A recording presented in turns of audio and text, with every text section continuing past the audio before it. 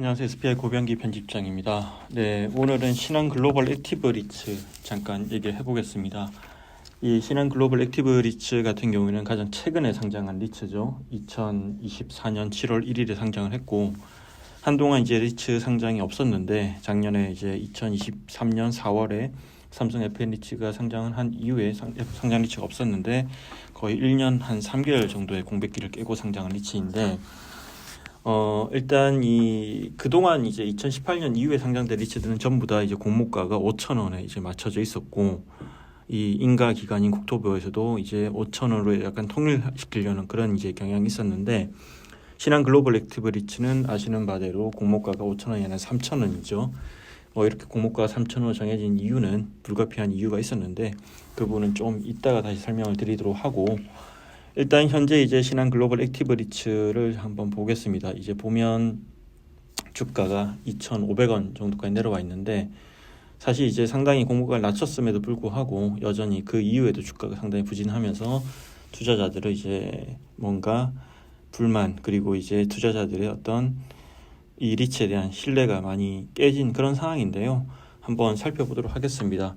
사실 이제 SPI에서는 이제 여러 차례 이 신한 글로벌 액티브 리츠가 상장하기 전부터 여러 가지 이제 좀 뭔가 의견들을 이렇게 개진을 했었고, 사실 이제 긍정적인 평가보다는 부정적인 생각들이 많았었고, 그런 부분들 말씀드렸는데 한번 얘기를 해보겠습니다. 왜 이제 신한 글로벌 액티브 리츠에 대한 우려가 큰지.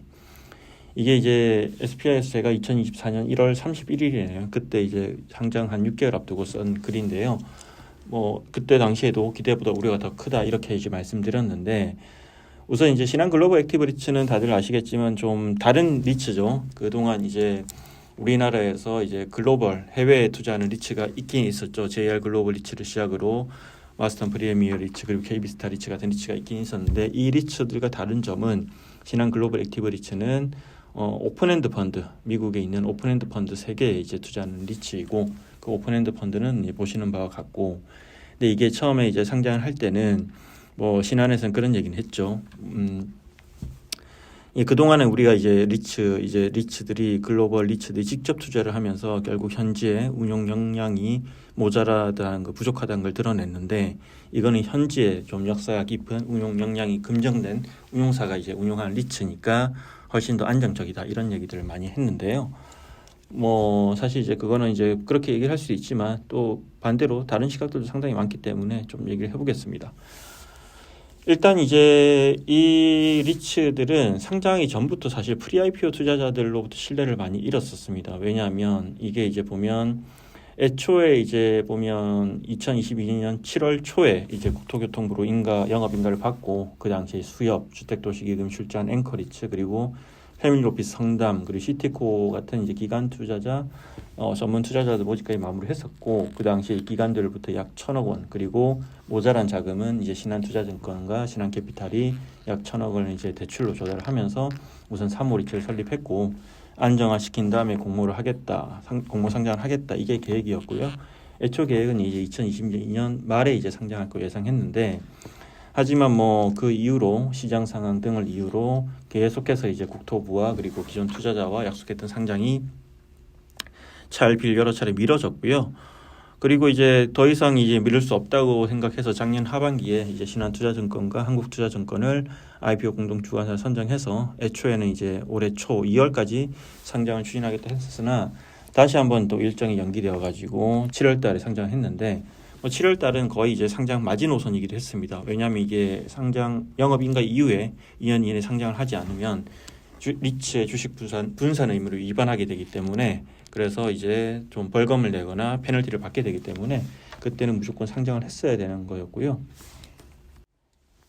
근데 이게 이제 상장 과정에서 상당히 잡음이 많았습니다. 왜냐하면 이제 프리-IPO 투자자 입장과 이제 프리-IPO 투자자들과 이제 신한 리츠 운용 간의 갈등이 상당히 심각했었는데요. 이제 일단 프리-IPO 투자자들이 신한 리츠 운용에 대한 신뢰가 많이 없었어요. 왜냐하면 이게 이제 상장 일정을 예정대로 하지 않으면 계속해서 이제 기존 투자자 수익을 갉아먹는 그런 구조거든요.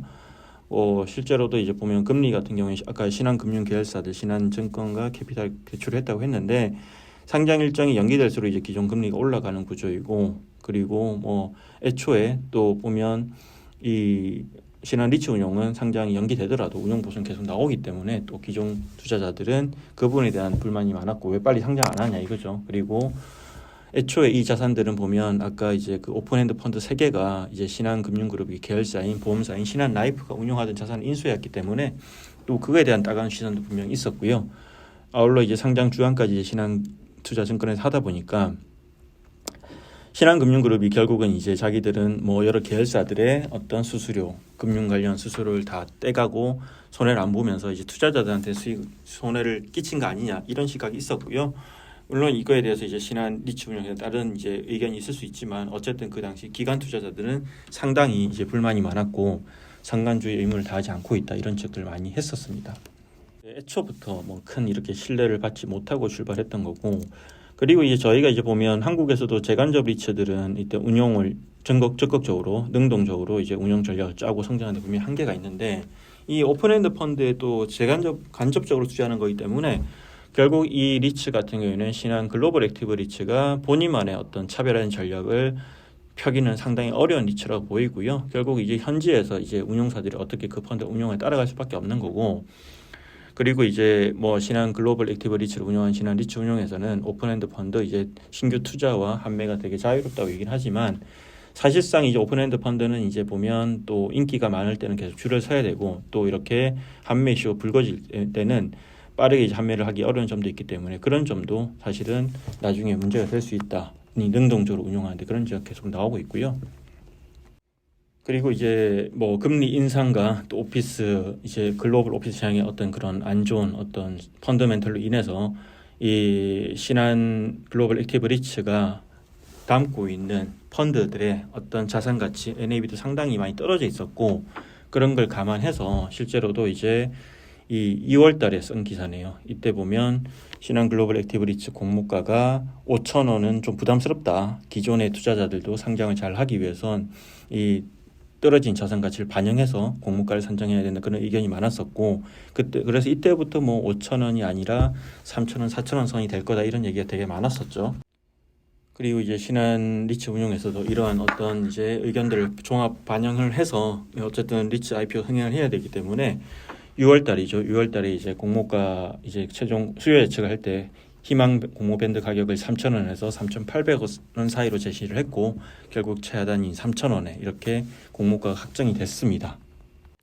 그리고 이제 마침내 이렇게 뭐 수요 예측과 공모를 거쳐서 이제 7월 1일 날 상장을 했는데요. 그 당시 이제 신한 글로벌 액티브 리츠가 제시했던 어떤 투자 포인트를 한번 보죠. 뭐 배당 수익률과 그리고 할인된 가격과 이제 반등이 시작할 거다. 그리고 글로벌 탑 운용사 투자 상품이다. 이렇게 제시를 했죠. 근데 어쨌든 뭐 초반에는 이렇게 여러 가지로 이제 배당 수익률을 이렇게 높게 받쳐줄 수 있다 하더라도 결국은 장기적으로 보면 이 성장 전략이 부재하고 또 이제 신한 글로벌 액티브 리츠에서 얘기하는 것처럼 그렇게 흘러갈 가능성은 거의 이제 희박하다고 보고요. 요즘 이제 JR 글로벌 리츠가 얘기가 많은데 JR 글로벌 리츠도 처음에는 이제 상당히 이제 국민주라고 할 정도로 높은 배당을 제시하면서 잘 좋은 모습을 보여줬지만 실제로는 이제 어찌 보면 미래 가치를 끌어와서 이렇게 배당을 줌으로써 점점 더 이제 미래 장래가 불투명해지는 그런 리츠가 됐는데 신한 글로벌 액티브 리츠도 마찬가지라고 생각합니다. 개인적으로는 이제 신한 리츠 운용의 이 운용력들이 사실 1년, 2년, 3년 뒤도 예측을 할 수 있을까? 어떤 잘 운용을 할 수 있을까 그런 의구심이 좀 있고요. 뭐 기본적으로 이제 적극적으로 능동적으로 운용할 수 있는 리츠는 아니라고 생각을 합니다. 그리고 IR 자료를 보더라도 그냥 좀 아쉽습니다. 왜냐하면 이게 결국은 리츠 IR이란 게 JR 글로벌 리츠도 똑같은 문제가 있었는데 그러니까 제가 보면 이제 좀 IR은 이제 항상 보면 뭐 기업을 포장하는 것도 물론 있지만 근데 기본적으로 좀 뭔가 진실해야 된다고 생각을 합니다. 이제 너무 이렇게 좋은 얘기만 하는 것보다는 현실적으로 이거를 잘 솔직하게 전달을 하고 거기서 이제 뭐 투자자들로부터 신뢰를 얻는 게 중요하다고 생각하는데 신한 글로벌 액티브 리츠 IR은 일단 저는 기본적으로 문제가 좀 많다고 생각을 합니다. 뭐 일단 이제 이거는 아마 뉴스로도 많이 보셨을 텐데 이제 지금 보면 코로나19 이후에 재택근무가 확산되면서 이제 한국을 제외하고는 이제 재택근무 엄청나게 이제 많이 하고 있고 특히나 미국 오피스 시장은 엄청난 큰 영향을 받고 있죠. 그래서 이제 이런 걸 신경 썼기 때문에 이제 신한 글로벌 액티브 리츠도 보면 오피스 비중이 8%다 이렇게 이제 강조를 했는데요. 이제 근데 저는 솔직히 이거는 8%가 아니라 실제로는 60% 달한다고 그렇게 얘기를 하고 싶고요. 그렇게 하는 이유가 그렇게 생각하는 이유가 이 보면 신한리츠 운용에서 그때 이제 자산별 비중을 얘기할 때 이렇게 얘기했거든. 신한 글로벌 액티브 리츠 미국 정부 기관이 51.5, 물류가 15.5, 주거가 12.8, 오피스가 8.4, 뭐 대체 자산과 리테일이 나머지다 이렇게 하면서 오피스 비중이 8%에 불과한다고 이렇게 강조를 했는데요. 근데 이제 보면 이 여기 이제 신한리츠 운용이 담고 있는 세계 그 오픈엔드 펀드 중에서 가장 큰 비중을 차지하는 게 USGB인데 이 USGB는 US 거버먼트 빌딩의 약자고, 그러니까 우리에 치면 뭐 정부 기관들이 임차를 하고 있는 그런 이제 오피스 빌딩이라고 보면 되는데, 근데 이 신한리츠 운용은 이거를 오피스라고 부르지 않더라고요. 오피스라고 부르지 않고 정부 인프라라고 이렇게 부르고 있는데, 근데 이거는 이제 시장의 일반적인 상식과는 좀 동떨어진 얘기인 것 같아요. 뭐 이런 정부가 미국 정부 기관이 임차하고 있는 빌딩들은 우리나라 이제 보면 이 기관 투자자들도 많이 투자를 했고 공모 부동산 펀드 상품도 옛날에 있었어요. 근데 이걸 아무도 오피스라고 부르지 않지는 않고요. 전부 다 이건 오피스라고 해요. 오피스라고 부르기 때문에 이것까지 포함해서 이제 오피스라고 부르는 게 맞고요.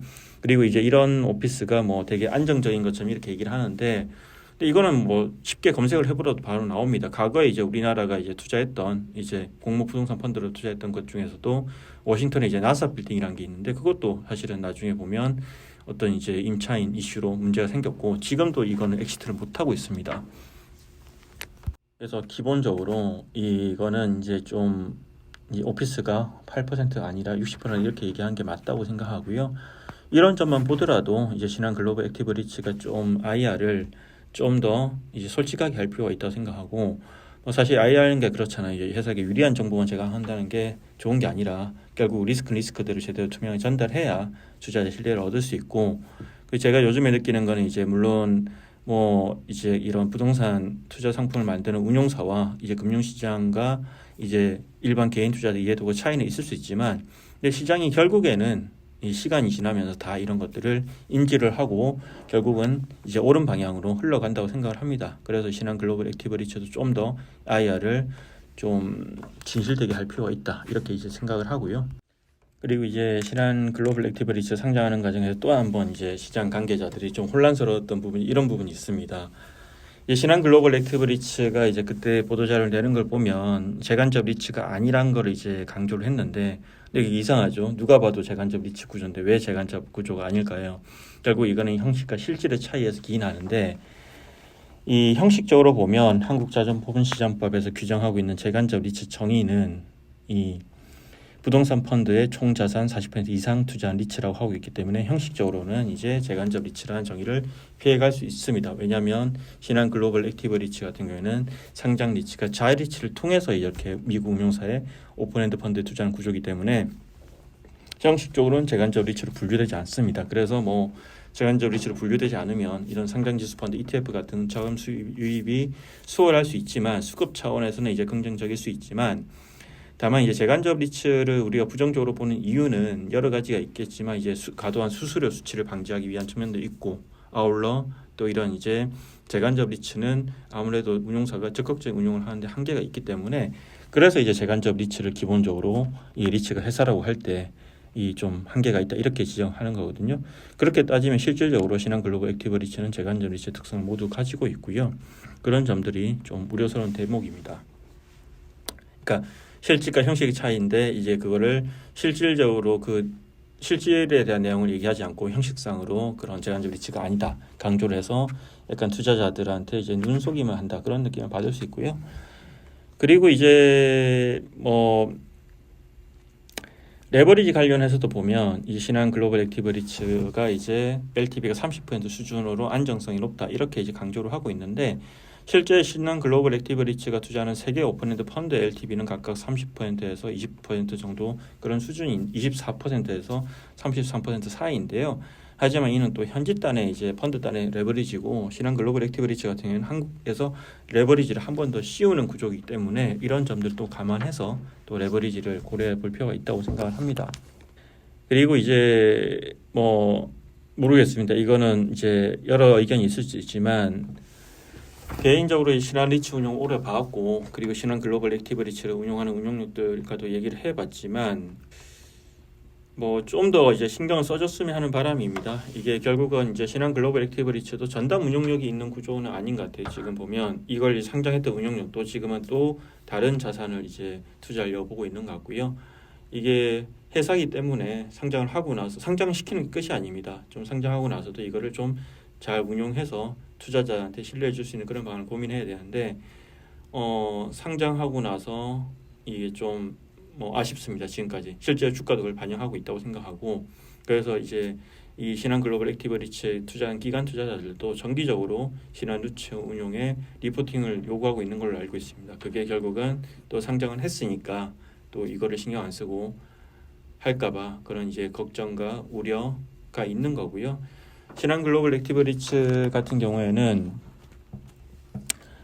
네, 기본적으로 저는 이제 뭐 이거를 이제 상장할 때 스토리를 보면 이제 정책 당국에서는 되게 새로운 구조라서 되게 환영했다고 하는데 개인적으로는 앞으로는 이런 구조의 리츠 상품은 안 나왔으면 하는 바람입니다.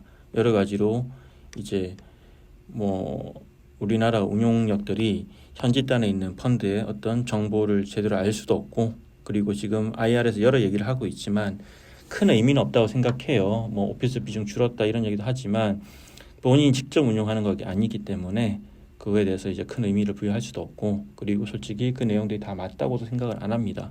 그래서 좀 더 운용력들이 책임감을 가지고 신한 글로벌 액티브 리츠를 운용을 하면 좋을 것 같습니다. 네, 신한 글로벌 액티브 리츠는 혁신적인 구조보다는 신뢰할 수 있는 구조에 대한 고민을 좀 더 할 필요가 있어 보입니다. 이상으로 신한 글로벌 액티브 리츠에 대한 이야기를 전해드렸습니다. 고맙습니다.